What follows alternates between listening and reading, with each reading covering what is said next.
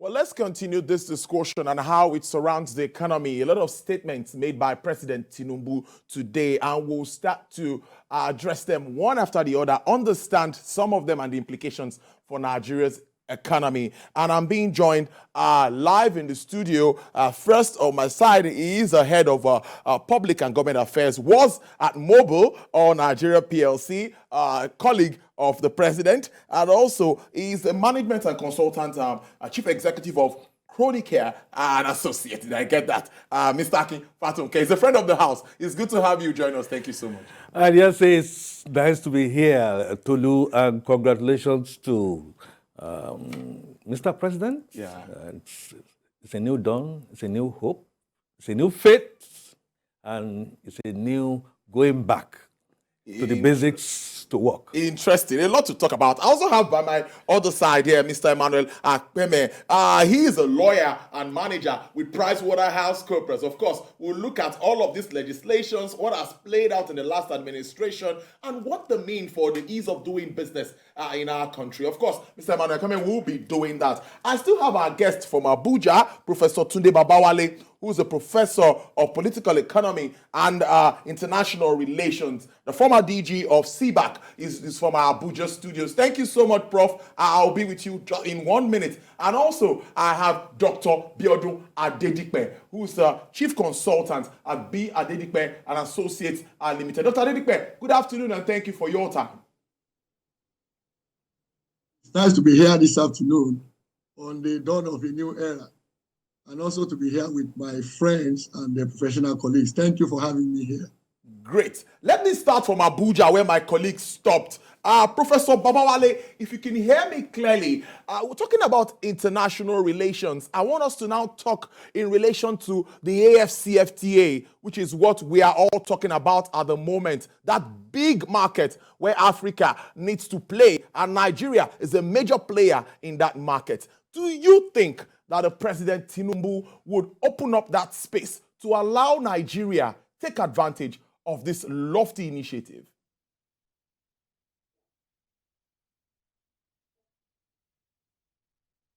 Thank you very much. I can hear you clearly. I think after, as it is called, is a new forum that has been created for African countries to actually engage in trading among themselves, unlike before, where you had a reduction in trading among the nations of Africa. Most of it is externalized. So I think Nigeria, being the largest black country in the world, has a lot to benefit from this, and Africa also has a lot to benefit from it. We do not have a choice other than to be a big player in the AFTA, and I think we have started that. What needs to be done is that we must put our economy on the right footing. We must address the challenge of inflation, the challenge of external debt, which I alluded to earlier. Now, all of these are things that can slow us down, and then step up production. As you know, the president alluded to it, that the manufacturing sector has slowed down. You can't be a big player in Africa if you do not produce. And production has been slowed down by a lot of things. The problem of insecurity, the problem of power generation and distribution, as well as the problem of foreign exchange. Thankfully, the president has alluded to looking into the crisis of the foreign exchange market, ending the multiple foreign exchange regime that we have. And at the same time, he has also promised that he was going to look at the issue of power generation and distribution and try to ensure that this is addressed. I am particularly fascinated by the fact that the states are now going to be more involved in that sector. When that is done, and then the idea of introducing commodity boards is also going to encourage farmers to do more than they are doing now. And once we have those goods being produced, and we have a conducive environment for agriculture, because he also talked about food security, we can take advantage of AFTA and then play an important role in it. I think the auguries are favorable. The president has struck the right chord, and I believe if he does what he has promised to do and what is contained in the manifesto, the Renewed Hope manifesto of the president and the party, I have no doubt in my mind that we will see the light at the end of the tunnel. Prof, before I let you go, that light, I know you discussed with my colleague too around some things that needs to be done, of course, to strengthen our international relations. But on my side, yes, I would continue that like saying, what sort of conversations do you expect from whoever would lead the Foreign Affairs Ministry at this time? We know of all of these issues that have happened. Even the war in Ukraine is still there, an impact on us, supply chain issues. We know what happened during COVID-19 and all of that. So what, in straight terms, what would be your advice to whoever heads the foreign ministry at this time?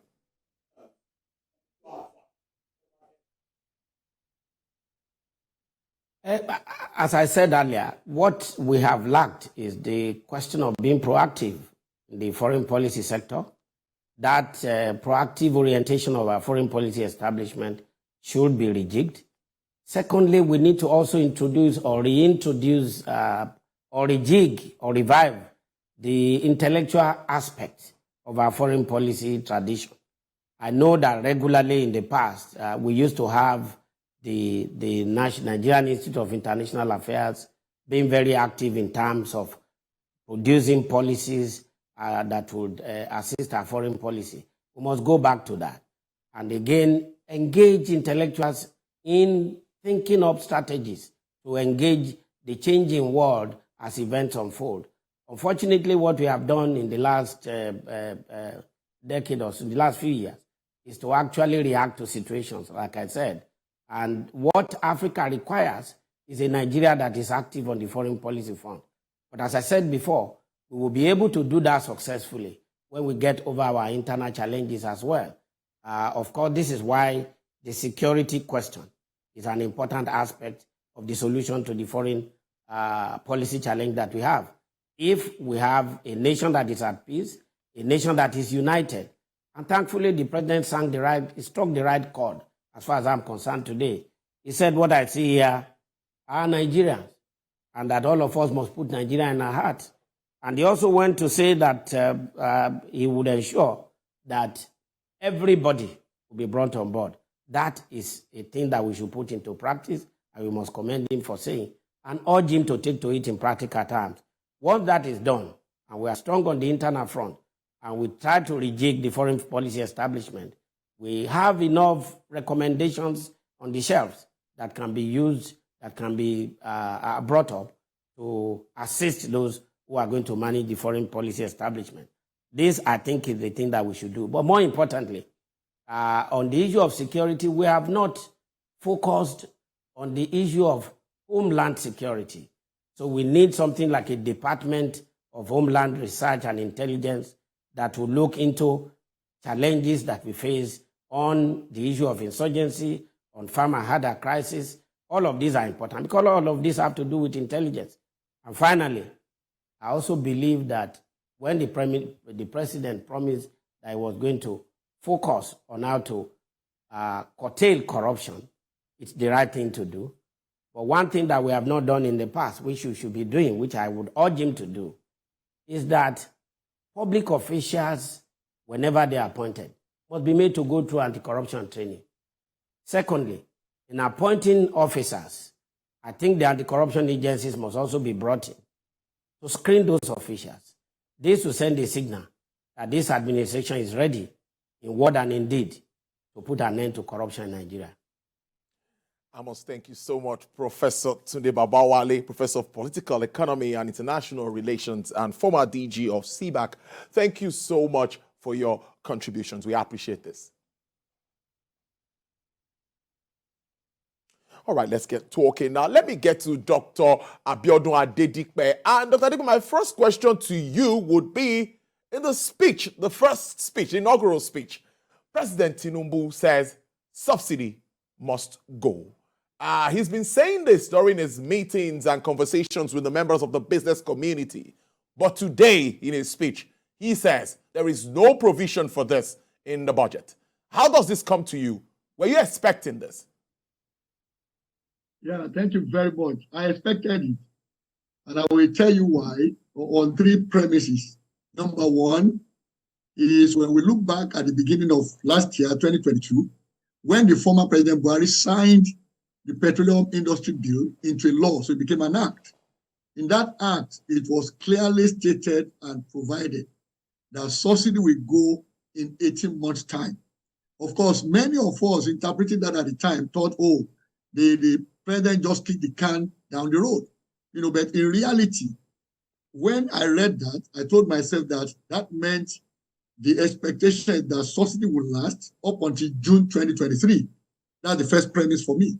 Now, the second one was when the budget of 2023, federal government budget, was signed into law. Remember, I said law. So that, again, has a very clear indication that provision for subsidy in this year's budget is strictly between the first half of the year, and that is January to June, meaning that second half of this year, subsidy will not exist as far as that budget is concerned, which means two existing laws, the Petroleum Industry Act and then the Appropriation Act of 2023, both of them are very clear that post-June 2023, there will not be reference to subsidy any longer in Nigeria. So legally, subsidy is already out of the window. Now, the third premise for me is what could be, and that was the question I asked myself, what would be the rationale for those two laws coming together at the same time? One is PIE, making reference to first half of 2023, and now the budget also talking about the first half. So I now ask myself, is there anything that would change in terms of where we source refined petroleum products for? And of course, we saw that happen in the last 1 week, thereabout, when the Dangote refinery was inaugurated. And then the promoter, the chief promoter, put out a word that by end of July, early August, the refined products from Dangote refinery should be in our pumps. So which means then that we expect the product to be in the market on the one hand. Equally, I told myself at the time that there are two modular refineries also operating already in Edo and Delta. So if I take those three and I ask myself, what is the likelihood that in the second half of 2023, they'll be producing and distributing refined petroleum products? So I told myself, for a venture, that is what the government is looking at, that we no longer need to import at the volume we're importing before, perhaps also down the line, maybe before the end of the year or early 2024, when production is ramped up, and possibly some other modular refineries come on stream. And of course, as promised by the Group MD of NNPCL. So I also said that maybe if the old refineries are also, refurbished, let me put it that way, we call it turnaround maintenance, that among all of this, likelihood is that we reduce significantly our importation. So that probably we have something to do in terms of the pricing template that will now eliminate the exchange value of the Naira component of subsidy. That's number one. Then the second is the issue of demurrage at our ports when we bring in refined products that are imported. That also will be naturally eliminated, which means there are some items in the cost template that will no longer exist. And that means the need for subsidy actually would have been reduced significantly. And possibly we now say, look, the difference will be taken care of by the market. So that was the way I rationalized it. So for me, therefore, it is not a surprise that the president said subsidy is already gone. It's not something he needs to deal with. What we now be dealing with is getting sufficient products to the market and ensuring that there's efficiency in not only the receipt of the products, but their distribution locally. It's a good way to start there. Hold your thoughts, Dr. Adikpe. I'll be back very shortly. Let me talk to Mr. Fatunke. Now, it's a mixed bag now here when looking at your relationship with the president, and all the while after the elections, we've been on these conversations, and today he is the CEO, like we say in the world of business, of Nigeria at the moment, our president, President Bola Tinubu. Now, your relationship with him, with all that you've seen and you know about him, what are your expectations? My first expectation as the chief samurai, a man of courage, man of the Midas touch, and if I use my interaction with him. You keep on saying that we are colleagues. He was my boss. Your boss, yes. He was amongst a team that was very creative. And so, if you take maybe about 4 dimensions of the problems that he has inherited, let's put it that way, the economic, the political, the social values, and the security, I think he has, though tangentially spoken about them in outline. I, like my friend Biodun Adedipe, doctor, I am not surprised about the issue of subsidy removal. No, he first of all made that point blank in his town hall meetings. Secondly, I like to say there is so much inefficiencies surrounding that field. And being in oil and gas, he knows more than any other person should know from the practical perspective that it is not sustainable. Biodun also mentioned the fact that the Dangote refinery coming in June, and the fact that de facto, de jure, Nigeria in appropriation does not have subsidies beyond that stage.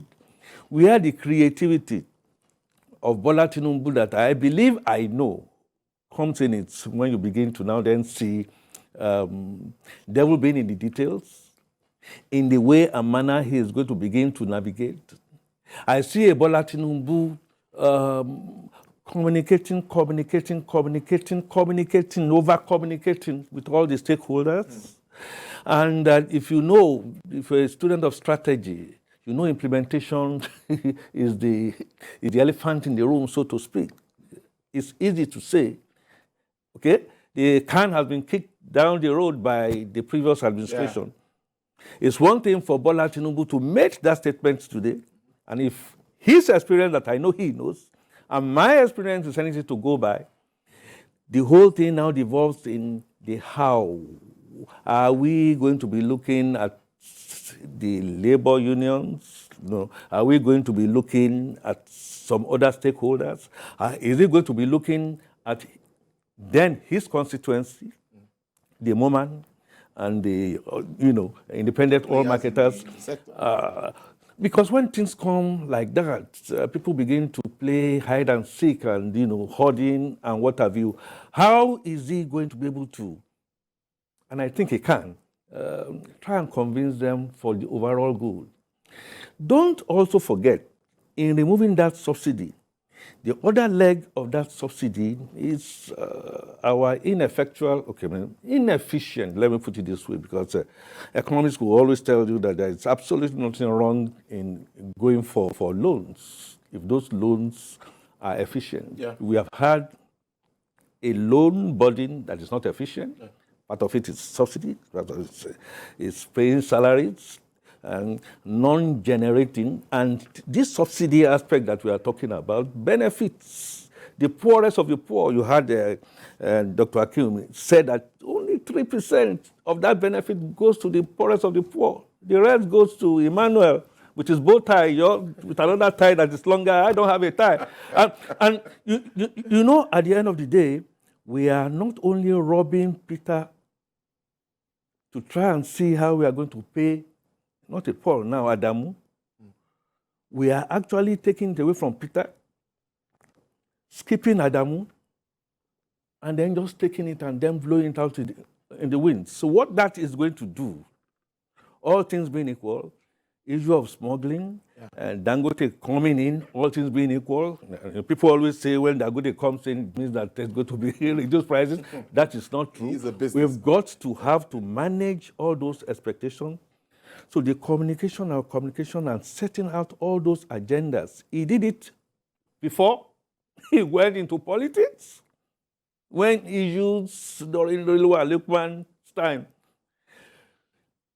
He knows what needs to be done now. I also believe that the dynamics might have changed, no doubt about that. But if he puts on, I hope he listens to this and to get it. He might be smiling when I say this. When he puts on the mobile cap is such that It's already recorded. It's done. It's just a matter of pressing one or two or three buttons in there. Bring out the template, shaping them. Dr. Adedipe was also talking about the templates, the preparing template and what have you. By the time you take all those efficiencies into it, take all the inefficiencies that we know, including hardcore corruption, living by example, and that's another thing I have to say here. If Bola Tinubu says that he is not only going to do it by himself, whoever is going to surround him, is a talent hunt expert. He will look for the best of the best. He will follow them. He will delegate. He will ensure that delegate not protest delegate. He will make sure that it is done.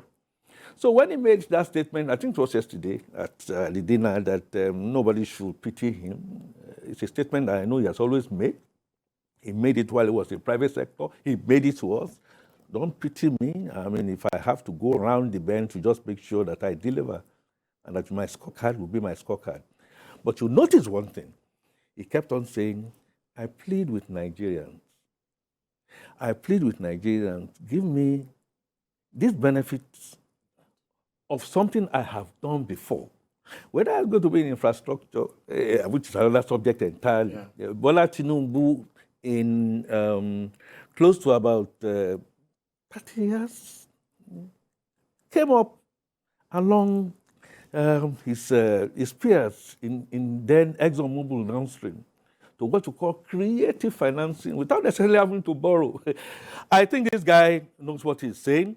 I think all things being equal, the rejig of the economic reflation, the jig of aligning the multiple exchange rate, he mentioned that also, and the fact that we must reflect the commanding heights, monetary policy. Professor Babale was talking about Africa. Some of the things he also said is the fact that I would try and work so hard to make electricity affordable to households and to business. By so doing, I am not surprised. He says it. In fact, back in those days in ExxonMobil, we would just be looking at him and said, what exactly do you think you are going to do? Just give me the chance. You follow me. We followed him. We guided him. There are times he forgets that some of the things that we are doing is going to have some ratchet effect on there. Hey, Bola, we call him BAT at that time. Have you forgotten or someone? Oh, yes, I forgot that. Let's go back, communicate, and re-communicate so that people can see from let's go, that is the direction we are going to go. So as a captain of that plane, he's not going to just sit in the cockpit. He knows what the hull is saying, knows what the landing gears should be. He has done his operations, that's what we call it, operations integrity management, that should this happen, what is going to be the scenario that I'm going to go through? That's why we call him the whiz kid. And that whiz kid has come on the block. Congratulations to him. Congratulations to his wife. Congratulations to Nigeria. And I think the sky will be the limit. Let me talk to Mr. Akweme now and bring him into this conversation. But let's look at it from another perspective now. I want us to look at economic legislations now that of the outgoing government, of course, our former president Buhari, and why, in your opinion, do you think they are notable? Thank you very much, Tolu. And let me start by congratulating our president, Mr. Ahmed Bola Tinubu. It's a good one, it's a great one, and I also congratulate the First Lady, Senator Remi Tinubu. Yes, and to answer your question, I will start from where we stopped. The first legislation that I consider notable from the outgoing government, and which is where the present government or president has started with, is this issue of the Petroleum Industry Act, right? If you recall, this is a particular legislation that lingered for over 20 years. This is a legislation that was on at the National Assembly for so long, but the previous government took it up and ensured that the Petroleum Industry Bill was enacted and passed into law. And that is where, according to Dr. Adedipe, where the issue of subsidy was even mentioned, that a timeline given for it to be phased out. And this government has kickstarted and, in fact, mentioned that it's just like what he said before during the campaign. He said that, what will you do from the first day? He said, from the first day, I'll hit the ground running. He said, what will you do the second day? I will continue running. And this is really, really encouraging. The only thing I want to add to it is that 3% that you mentioned, right? Those people that there should be a form of palliative, because those other persons who may suffer the repercussions, right, from the subsidy removal. But as we have already known, he is one that knows how to consider all ramifications. And so it is important that even when the subsidy is being removed, that it is data-driven, so that everybody will be taken along. Another legislation that I find very notable, that really, really helped the economic climate in Nigeria, was the Companies and Allied Matters Act 2020. Tolu, the Companies and Allied Matters Act that existed before was last amended in 1990. 1990. So for a period of over 30 years, we were still operating our business on an antiquated law. If you consider 1990 and 2020, you will see that this was the period where we had a lot of business disruptions. But Nigeria was still operating under a law that was made in 1990. That's in the 20th century. But the past government came in 2020 and ensured that different innovations came in and different forms of structures. Recently, we saw some PLCs, public limited companies, holding their annual general meeting virtually. Yeah. This was a huge consideration, because if you had considered in the past where they had to rent big halls, invite so many persons coming for those meetings, but this particular government was able to amend the laws and ensure that you could hold your annual general meeting. The past government was able to amend the law and ensure that the annual general meetings were held virtually. So that is another one. And another notable legislation I also consider from the past government was the Finance Act. In 2019, when for the second tenure of President Buhari, former President Buhari, he started with this fiscal vehicle called finance bills that became the budget, that always accompanied the budget.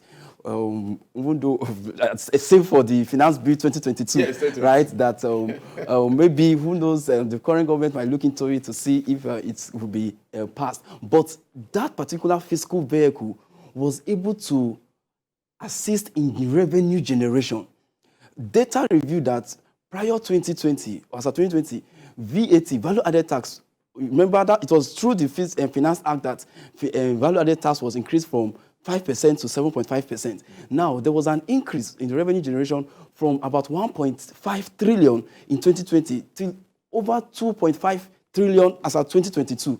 Now, this was really a great invention, right? Innovation that the past government brought in. And then finally, on legislation, recall the Nigerian Startup Act. So yeah. You saw how the government was able to ensure that to make a befitting business environment for tech-enabled startups.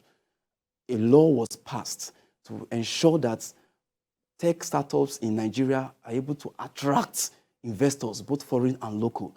And even the ease of doing those businesses, they are in an environment that is attractive for all these players. So these are some of the legislations out of the many that I consider notable in the past government. Well, let me go that route again and let me talk to Dr. Adedipe. Dr. Adedipe, that speech, very electrifying. I see promises here. Creating jobs in the digital space is one I'd like you to comment around, and also seeing how our GDP can get to 6%. If that happens, that means that will be the inclusive growth we've much talked about. But how can we get to this point? What are these quick wins? What are the enablers? Thank you so much. Now, the president actually made reference to those issues, and he linked it up variously. There are two sides to it. If you want to grow the economy, you must first of all deal with sectors where the growth will come from.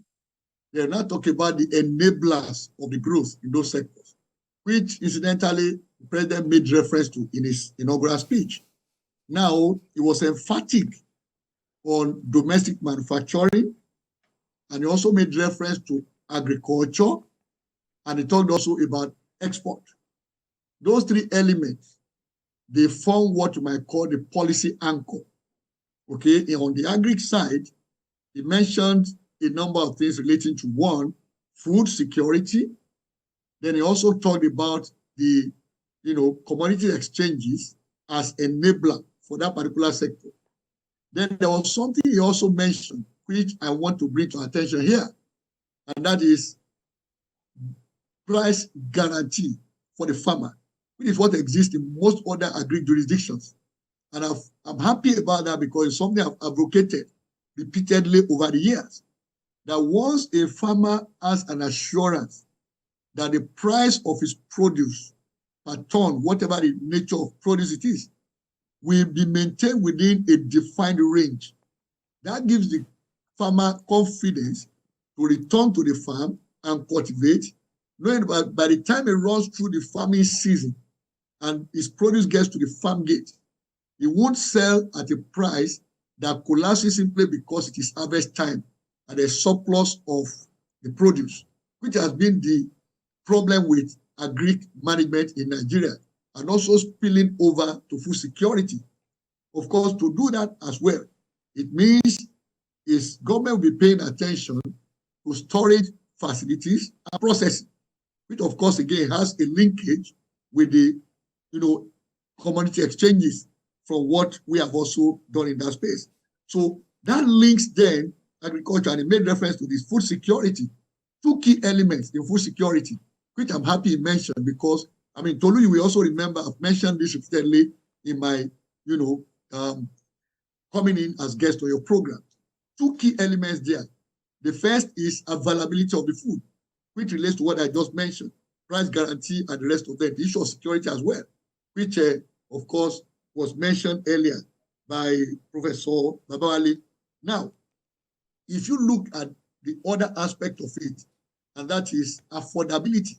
Affordability is a function of availability, which incidentally the president also mentioned. So if you now bring that into the nature of inflation in Nigeria, which is largely driven by food inflation, it means if you are able now to get more of what we consume produced here locally, and that goes to also affect the price, then we can tackle food inflation head on, and therefore come into a position where inflation rates can dampen. That's on the one side. And then he also talked about manufacturing. And I was very glad when he said that to domestic and foreign investors, it was that specific. He said, we make the business environment conducive for you so that when you invest, you won't have difficulty taking your dividend out if you're a foreign investor. Now, that's a very key message to any investor all around the world that is looking at Nigeria as a place, a destination inspection that will give him higher return over his investment. But the only concern is when the return now comes into manifestation, will I be able to take it out? So he has assured them now that, look, you don't have to worry about what we call the freedom of capital. And of course, there we talk about capital flows in and out. So in which case, bringing your money, invest it here. When you have return on your investment, you're also free to take it out. That, in fact, creates capital mobility internationally. And that will also drive more of capital into Nigeria. Very good one. Okay. Now, for me, as an analyst and somebody being in policy advocacy over a couple of decades, so I will say that it is perhaps for me the first time a president will come out frontally and talk about issues that are all interrelated and interdependent. All these things depend on each other. And happily also, he made reference to export. We cannot solve the problem with our exchange rates unless we also anchor the growth of our economy on exports. And I was happy he also mentioned that. He talked about the import-export nexus. And he said, we have to now strengthen agriculture manufacturing to be able to reduce our imports and then strengthen manufacturing in order to scale up our exports. If we scale up exports, that means we'll be able to generate more foreign exchange. If we do that on the one hand, and on the other hand also, our imports are dampened, that means the demand for foreign exchange will also reduce. The interplay of the demand and supply for FX will, of course, have a positive impact on the exchange rate. And now, interestingly also, which of course was referenced earlier by my friend Akin Fatunke, okay, that if you now look at multiple exchange rates, it was also very clear that we need to unify exchange rates. So how will that happen? It means then that the only thing perhaps we'll be looking at is the official window and any others that are now unified as different than the parallel market. And of course, you can't escape parallel market for now, given the structure of our economy. If we go by data, because I like dealing with data and interpreting data, if for 2022, we had import bill of 1.86 trillion naira every month, certainly with that growing almost 3 times, in fact, more than 3 times within the space of 10 years.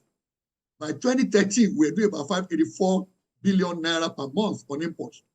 But the average for the entire year of 2022 was 1.863 trillion naira.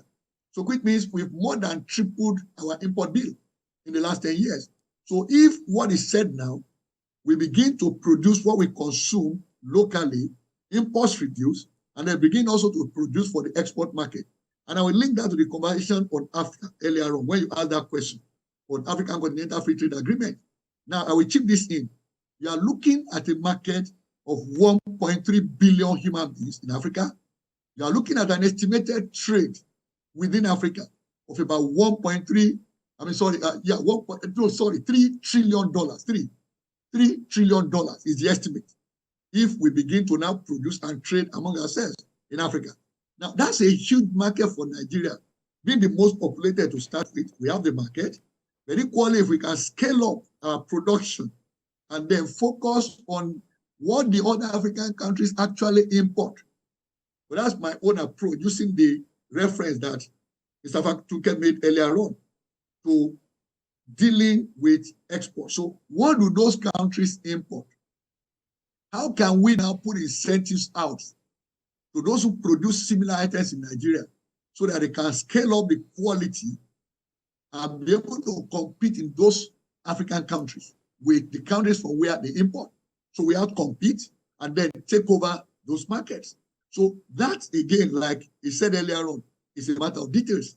And I'm very sure, like the president said, that in the next couple of weeks, he said within the next 3 weeks, we get more details from his team on specific things to do in dealing with all these issues. So these are all interconnected. And I'm very excited that I'm hearing for the first time the president can see how all this interconnect and also put out sound bites that give confidence and inspire confidence in investors. The reality all over the world is the private sector that creates the jobs. What governments do is to facilitate, provide the enabling environment. So that is what I heard him say, and that is good for us, the place to start from.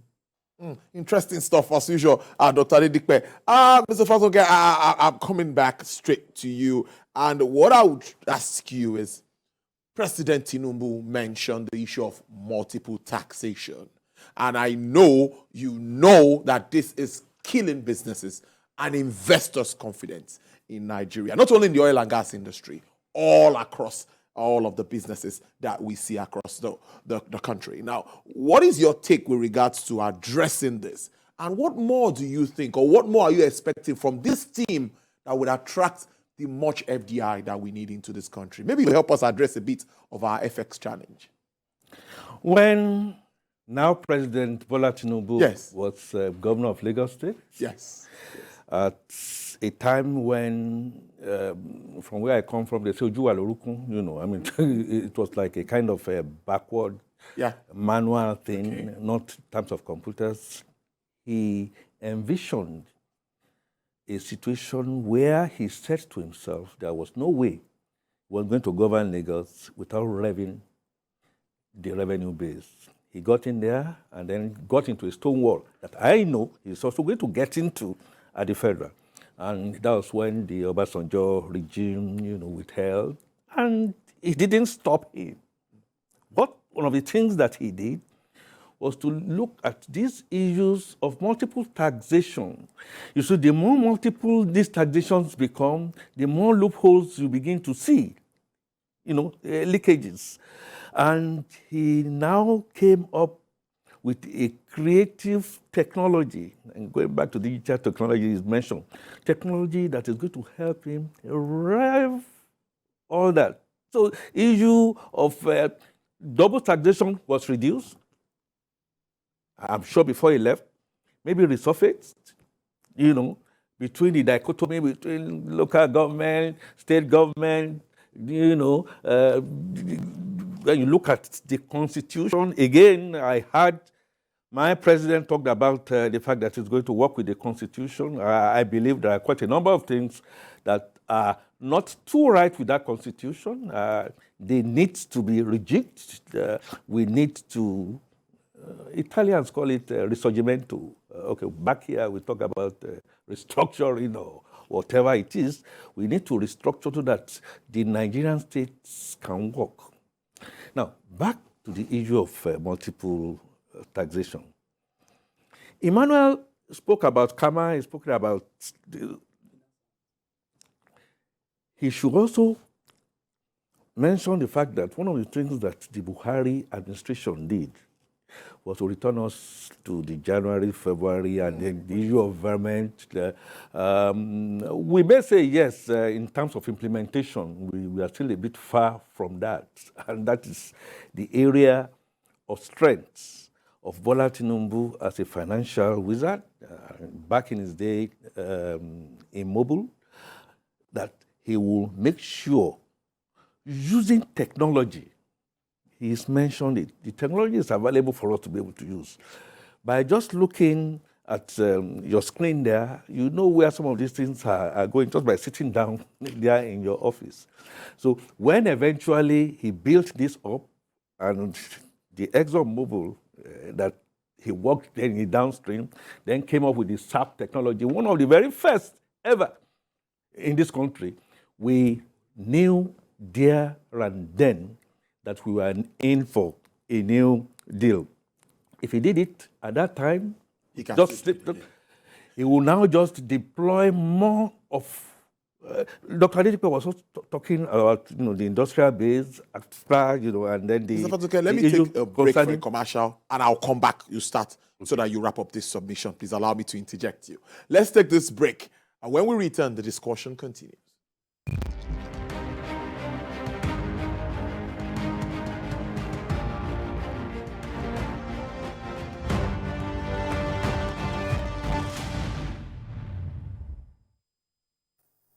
We shall consult and dialogue, but never dictate. We shall reach out to all, but never put down a single person for holding views contrary to our own.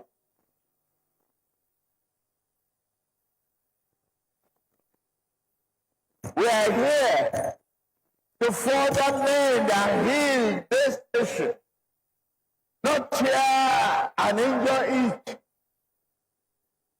In this way, moreover, a few comments regarding the election that brought us here today to this junction. Yes, it was a hard-fought contest, and was also fairly won. Since the advent of the Fourth Republic, Nigeria has not had an election of a better quality. I said so.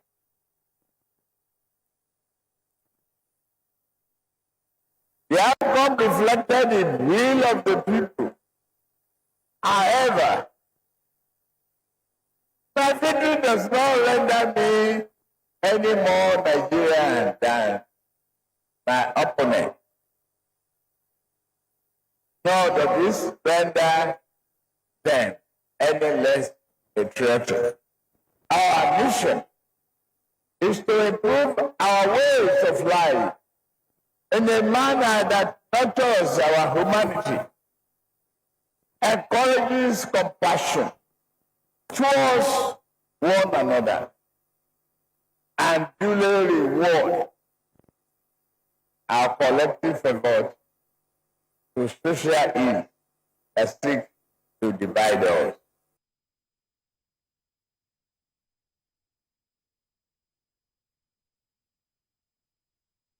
My administration must create meaningful opportunities for our youth.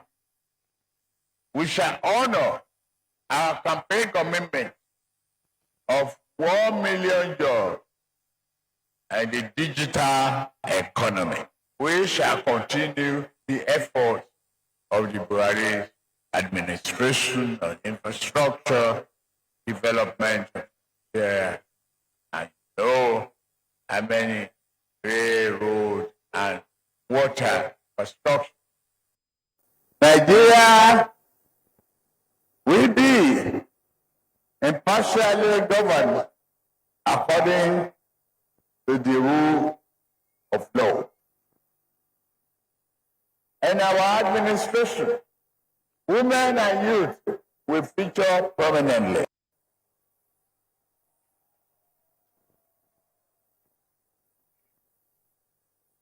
Our government will continue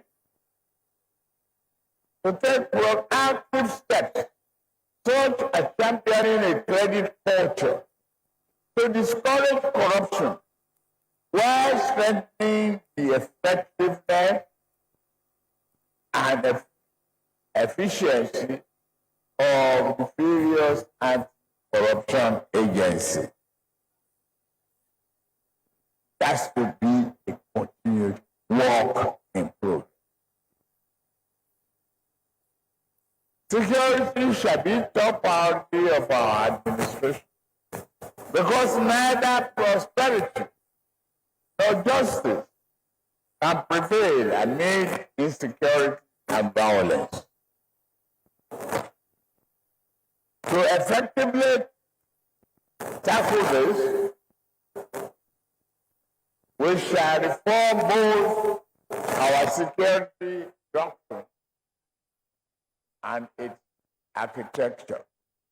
On the economy, we target a GDP not less than 6% growth.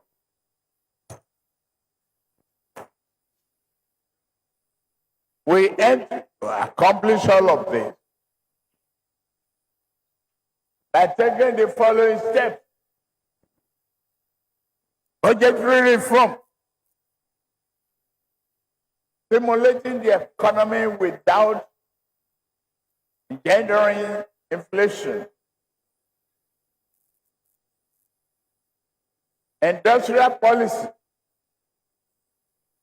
to utilize the full range of domestic manufacturing and lessen import dependency.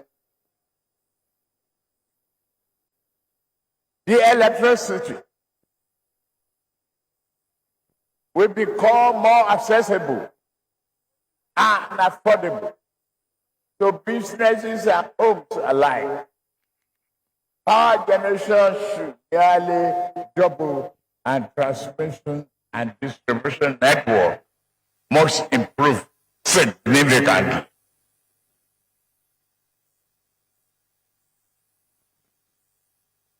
We will encourage various state governments to continue to participate in this effort, power generation and distribution of their own.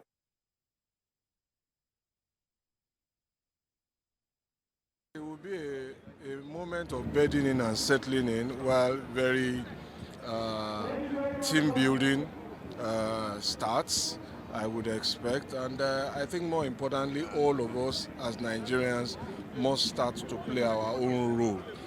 Putting Nigeria first. No one man can do it alone if we don't embrace that man and his team.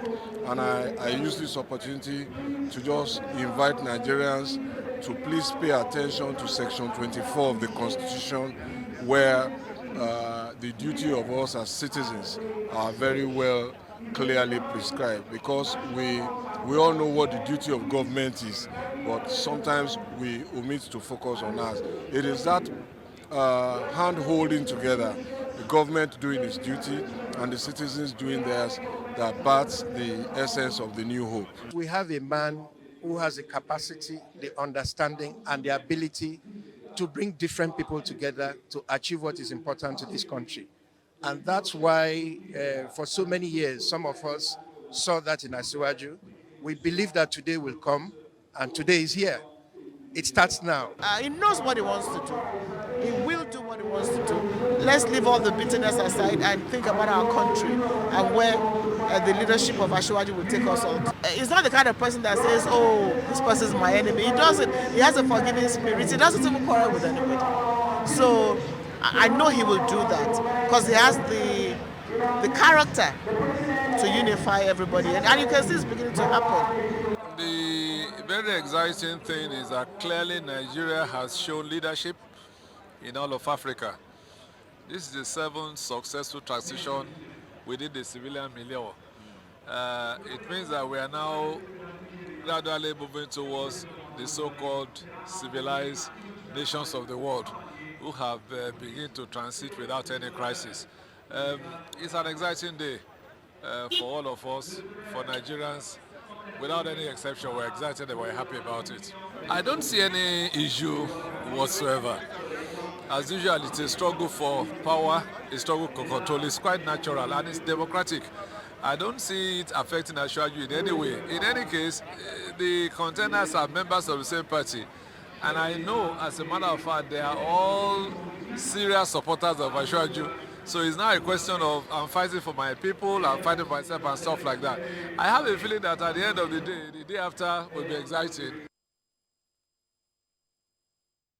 All right, there were live pictures earlier at the Eagle Square there immediately after the inaugural speech of President Bola Tinubu there. Everyone giving their views, expectations, politically, economically, always. I still have my guests with me, Dr. Dedipe via Zoom, and live in the studio, I have Mr. Emmanuel Akpeme, who's still here, and Mr. Akivatunke is also live here. So I interjected earlier before we went on that break. So please wrap up that your submission around. I was going to make the point that Bola Tinubu, as an accountant, finance whiz-kid, part of the things that he found in the private sector is not so much different from what we see in the public sector, you know, in terms of corruption.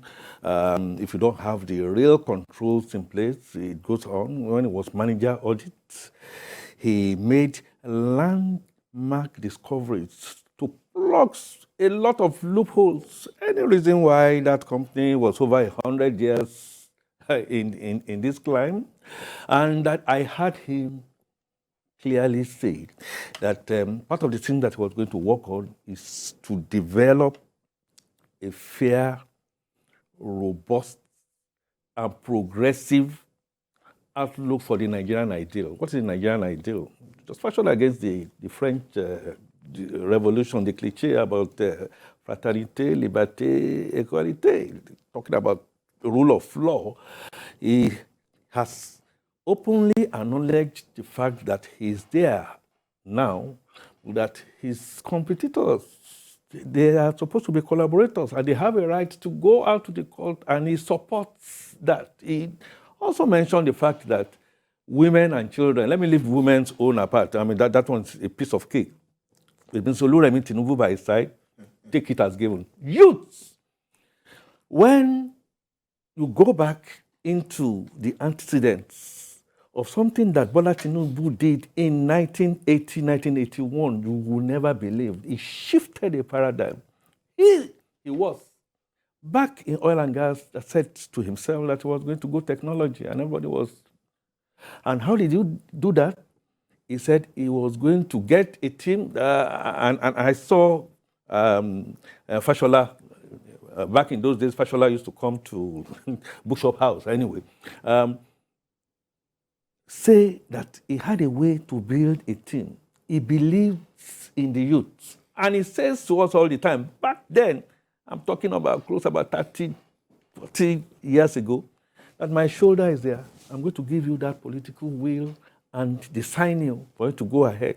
You just go out there because I'm going to give you the tools. You go out there and deliver the devil. He spoke about corruption. Now, something that in our traditional way of always pulling Bola Tinubu back, I mean, he's made a statement, we pull him back and say, look, Bola Tinubu, I know, like I said, when the devil becomes the details, on corruption, there is the political dimension, and then there is the social values dimension. Political dimension in the immediate is something that is playing out in the National Assembly, where tussle for leadership is going on. Am I going to agree? Am I going to agree? We are going to jettison Muslim, ticket. It's not going to be an issue. I think, naturally, the sagacity of Bola Tinubu recognizes this, and I'm sure that is going to be well taken care of. I know that for sure. It's one of the things that he needs to look at. We're in the rains. I mean, during his inauguration in Lagos, it rained, maybe it rained in some other parts of the country. What does that portray? Issues surrounding flooding, the Legul Dam and all that. And then he talked about security, that he is going to look at security. We need to look at that security so well. The thing about Bola Tinubu that I found, he was a financial audit accountant. He delved into the area and arena of engineering, including security. You begin to now wonder, in what way? I said, well, what I do is I sit back. I think even beyond where you as an expert you are looking at, he is going to look at corruption in the area of public service reforms. Some of these white people, you will be shocked. We will be shocked that Bola Tinubu has some of these things in his oblongata there. He will pull them out. He does one thing. He will get you on to be his team. He will encourage you. He will give you adequate wage to do what you need to do. He will leave you to go do what needs to be done, and then he will be having what I describe as oversight function on you. So if you look at that political dimension that I just mentioned, let's have a clean National Assembly getting their leaders together. We don't have any dichotomies here.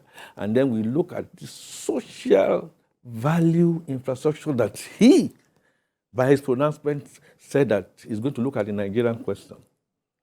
Fairness, equity, justice. Mrs. Abike Dabiri, I had in the soundbite that he has a way of forgiving.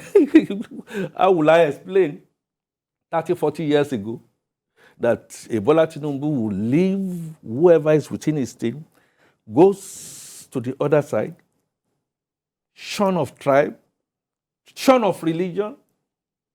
Some of his best of the best are Christian. So some of his henchmen are from the Undigbo tribe. And he made that. In fact, he made it so that we had to go and meet her in the go. The Oga is being a bit too hard and harsh. I am stating something that is clean and clear. When Dr. Adedipe mentioned PIA, I laughed a little bit because part of the problems we had with the PIA that didn't make us have the political will. And I think this our president was going to have that political will. Once, if you remember, there was issue of contaminated fuel that came in. And the reason was that in ExxonMobil, we had a template of how to investigate. Look at that. They were then with DPR, I mean, if you go in there, and then working with like minds within ExxonMobil, were able to plug. Little did we know that decades later, this will repeat itself. You can trust Bola Tinubu. He knows that this is possible. Usually when people say certain things are not possible, his colleagues are there. The only difference now is that it's not going to be political jobbing, People are ready to do it free of charge. He knows that. He knows where to reach out to. Just mention in all dimensions, I mean, he had a colleague at that time, also in Nigeria, and I was going to say this, that in all that happened then, they were done by Nigerians. Yes, we were ExxonMobil. Exxon was 60%. And, the kind of dichotomy was such that he looked straight into the Americans and said, leave this to me and I'm going to do it. You can't, yes, I'm going to do it. And each time he put his hand in there, it was respect for the Nigerian mind. It's one of the reasons why one of his colleagues at that time, he will remember, if I mention his name, eventually had to come back to lead the business that Americans, Britons, just name them, Canadians have come to lead. He led that business as a CEO, and then we were virtually at the top. Virtually everybody was looking at us. If you look at that mobile house there, Bola Tinubu, this gentleman engineer that I talked, his name was Olu Onokaya, who eventually became the chairman and managing director of that company, took that company to dizzying heights. So those are still there, creative financing, like I told you, without necessarily having to borrow. We constructed that building, and that building is still standing there since 1991. It hasn't fallen down, it hasn't collapsed. With all the operations integrity that you can mention, and then at the end of the day, it's still standing and won all the laurels and all the awards.